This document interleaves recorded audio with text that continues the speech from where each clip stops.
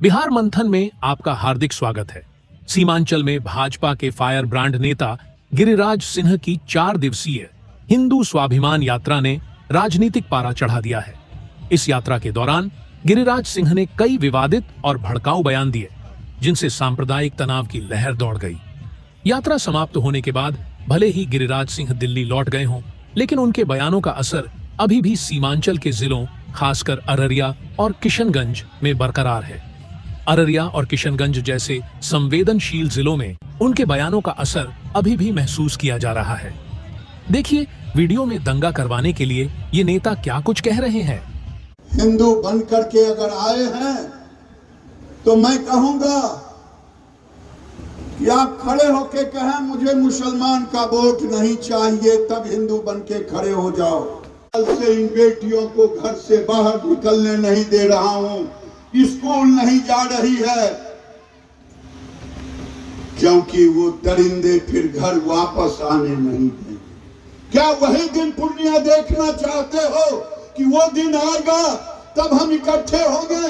तुम्हारे गांव से लब जिहाद करके हमारी बेटियों को ले जा रहा, मैं चेताने आया हूं, मैं आपको जगाने आया हूं। कल से इन बेटियों को घर से बाहर निकलने नहीं दे रहा हूं, स्कूल नहीं जा रही है, क्योंकि वो दरिंदे फिर घर वापस आने नहीं देंगे। क्या वही दिन पूर्णिया देखना चाहते हो कि वो दिन आएगा तब हम इकट्ठे होंगे? बांग्लादेश को देखना चाहते हो तब इकट्ठे होंगे? मैं तो चेताने आया हूं, जगाने आया हूं, मैं जगाने आया हूं कि जागो, न तुम्हारा कारोबार बचेगा न तुम बचोगे। अभी तो 50% ही हुए हैं, तुम्हारे घर में तो बच्चे नहीं। चले जाओ अमौर कस्बा, चले जाओ बायसी, जिधर जाओगे गुलगुल गुलगुल गुलगुल आवाज भी नहीं पता चलेगा कि कहां की आवाज है। और तुम अगर एक थप्पड़ भी गलती से तुम्हारे साथ अन्याय किया, तुम मार दिए, तुम बच के नहीं आओगे। 2% 5% ये रहते हैं, काका चाचा दादा करते हैं, 5 से 10% रहेंगे तो हलाल कलाल शुरू करेंगे, 15% से ऊपर चले जाएंगे तो समझ जाइए कि ये देश, वो राज्य बहुत जल्द ही खत्म होने वाला। जनसंख्या नियंत्रण कानून चाहिए, लेकिन अभी एनआरसी उसके पहले चाहिए। क्या कहता है वैसी, मुस्लिम एक हो और पूर्णिया आते हैं, मुसलमानों को इकट्ठा करते, किसी के पेट में दर्द नहीं होता। लेकिन तेजस्वी यादव यात्रा निकालते, मुसलमानों को इकट्ठा करते, पेट में दर्द नहीं होता। हिंदू का नाम लेते ही पेट में दर्द शुरू हो जाता। धीरे धीरे काटते हैं, जातियों में बांट करके बेटियों को लूटते। 12 लाख नागा हैं उनके। ये नागा हमारे किस दिन काम आएंगे अगर हिंदुओं पर पूरे देश में प्रहार हो रहा है? आपकी मठे भी नहीं बचेगी। हरिद्वार आज बारूद के ढेर पर है, 40% से ऊपर वहां रोहिंग्या बांग्लादेशी वहां भी पहुंच गए हैं। देश का कोई हिस्सा नहीं है, लेकिन हम तो उस बैंक की तरह आनंद ले रहे हैं कि अभी तो शरीर में आनंद आ रहा है इस गर्मी से।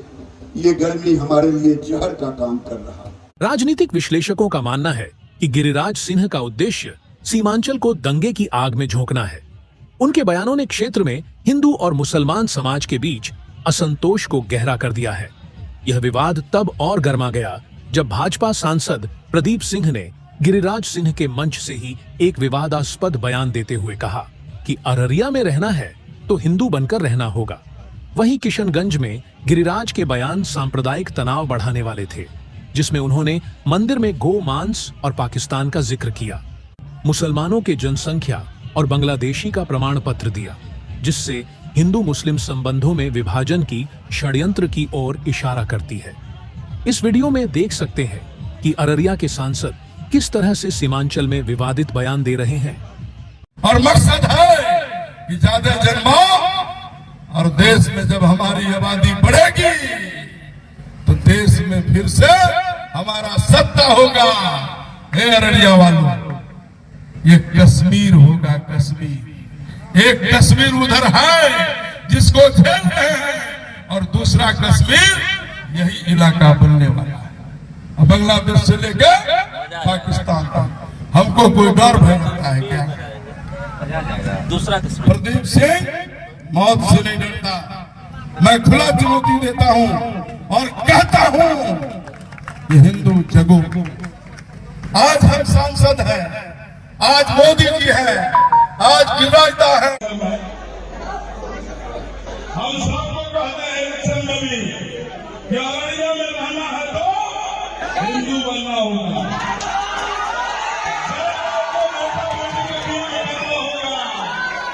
जब बेटा बेटी का ब्याह करना होगा तब जात खोज लीजिएगा, परिवार खोज लीजिएगा, नस्ल खोज लीजिएगा, हड्डी खोज लीजिएगा, खानदान खोज लीजिएगा।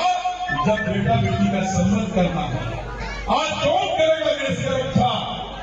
बताइए, इस देश की रक्षा कौन करेगा? अगर मोदी जी नहीं होते क्या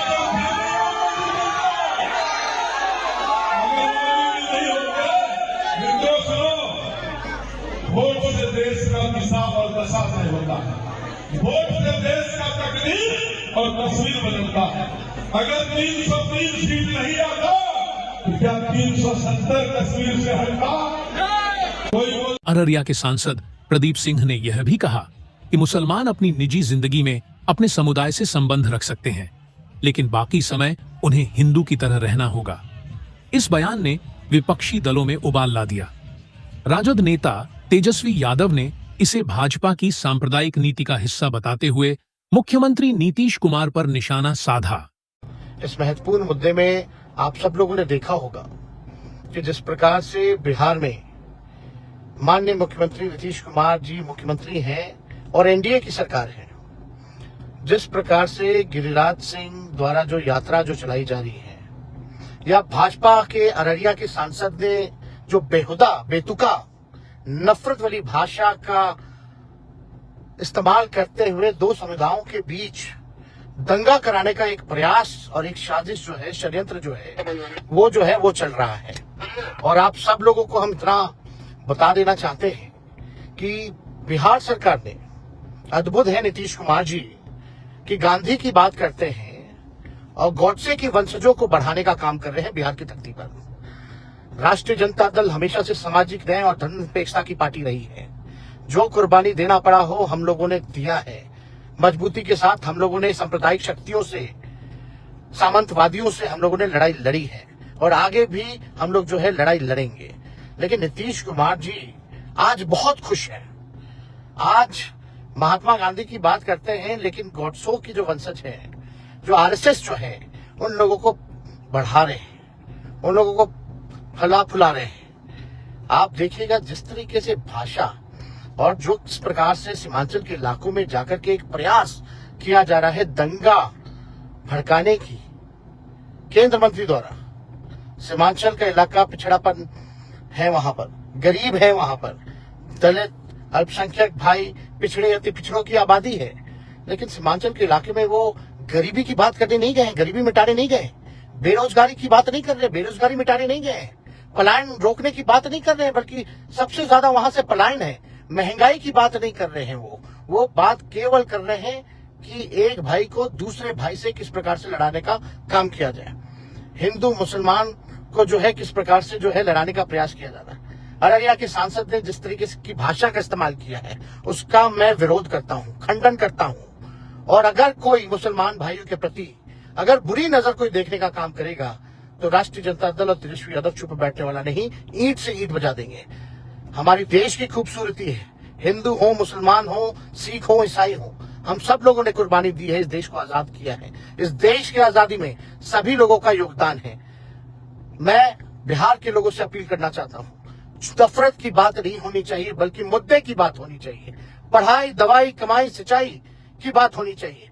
लेकिन नीतीश कुमार जी, आज अगर बिहार में जो कुछ हो रहा है तो ये आपका दिया हुआ है। जो सांप्रदायिक शक्तियां जो तांडव कर रही हैं, चौक चौराहों पे जो दंगा भड़काने का प्रयास किया जा रहा है, तो ये नीतीश कुमार जी की देन है। आज गांधी जी के विचार को मारने का प्रयास किया जा रहा है और नीतीश कुमार जी जो है वैसे लोगों को आज जो है, जो नफरत की भाषा बोल रहे हैं, जो दंगाई हैं, उन लोगों को जो है वाइब सुरक्षा श्रेणी जो है नीतीश कुमार जी ने देने का काम किया है। अररिया के सांसद प्रदीप सिंह ने यह भी कहा कि मुसलमान अपनी निजी जिंदगी में अपने समुदाय से संबंध रख सकते हैं, लेकिन बाकी समय उन्हें हिंदू की तरह रहना होगा। इस बयान ने विपक्षी दलों में उबाल ला दिया। राजद नेता तेजस्वी यादव ने इसे भाजपा की सांप्रदायिक नीति का हिस्सा बताते हुए मुख्यमंत्री नीतीश कुमार पर निशाना साधा।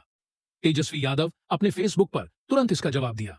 आज भाजपा के एक सांसद ने बिहार में माहौल बिगाड़ने के लिए भड़काऊ बयान दिया और आज ही उस सांसद को नीतीश कुमार जी ने अतिरिक्त सुरक्षा मुहैया करा दी। इस देश की मिट्टी में सबकी महक और आजादी में सबका योगदान है।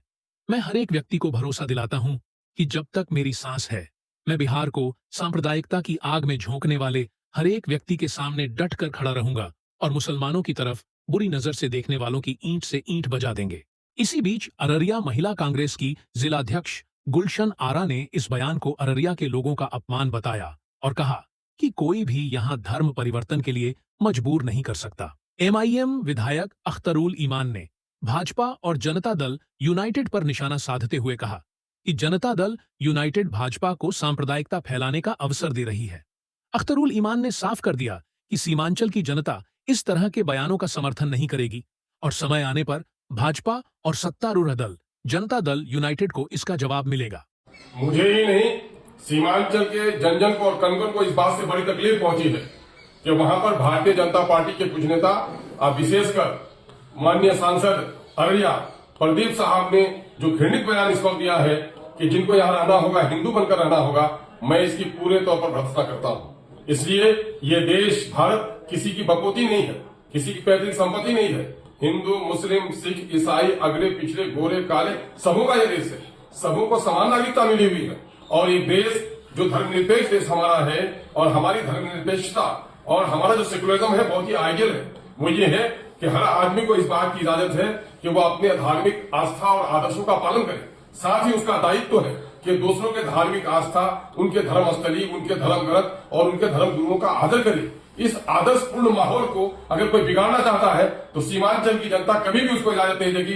कान खोलकर इन नेताओं को सुन लेना चाहिए। सीमांचल के लोग भूखे रह सकते हैं, बदन पे कपड़े नहीं हो बर्दाश्त कर सकते हैं, लेकिन उन्माद को कभी बर्दाश्त नहीं कर सकते। अगर धोखे की टट्टी से जीत गए हैं वो, तो अपने आप को बहुत बलवान नहीं समझे। मामला यह है कि लोकतंत्र की हत्या होगी उस दिन जिस दिन धार्मिक उन्माद और जाति उन्माद पर लोग राजनीति करेंगे और ये लोग कर रहे हैं। इस बात की कतई इजाजत नहीं होगी। मैं जदयू के उन लोगों से पूछना चाहता हूँ जो भाजपा को बैसाखी जगह जिताते हैं, ये नेता चुप क्यों है? इनके मुंह में क्या घुस गया है, नहीं बोल पाते हैं। नीतीश कुमार जी को फौरन अगर वो ये कहते हैं कि हम भाजपा के साथ है लेकिन भाजपा के आदर्शों के साथ नहीं है, तो फौरी तौर पर ऐसे नेता लोगों पर कार्रवाई करनी चाहिए और सत्ता के दलालों को और जदयू के गली कूचे में घूमकर बड़ा नेता अपने आप को कहने वाले नेताओं को अपनी जबान खोलनी चाहिए कि सीमांचल के सौहार्दपूर्ण वातावरण को जो लोग दूषित कर रहे हैं उसके खिलाफ चुप क्यों है। मैं समझता हूं सीमांचल की जनता कभी भी इस किस्म की घृणित बयानबाजी का समर्थन नहीं करेगी और आने वाले दिनों में इनको कड़ा जवाब मिलेगा। इन लोगों ने बहुत प्रयास किया है। पिछले दिनों में अमित शाह जी हो या मोहन भागवत जी भी हो, उस इलाके में आकर सबको हमारा सौहार्द, हमारी मोहब्बत, हमारी गंगा जमनी तहजीब खटकती है और ये लोग उसको बिगाड़ना चाहते हैं। सीमांचल की जनता कभी इसकी इजाजत नहीं देगी।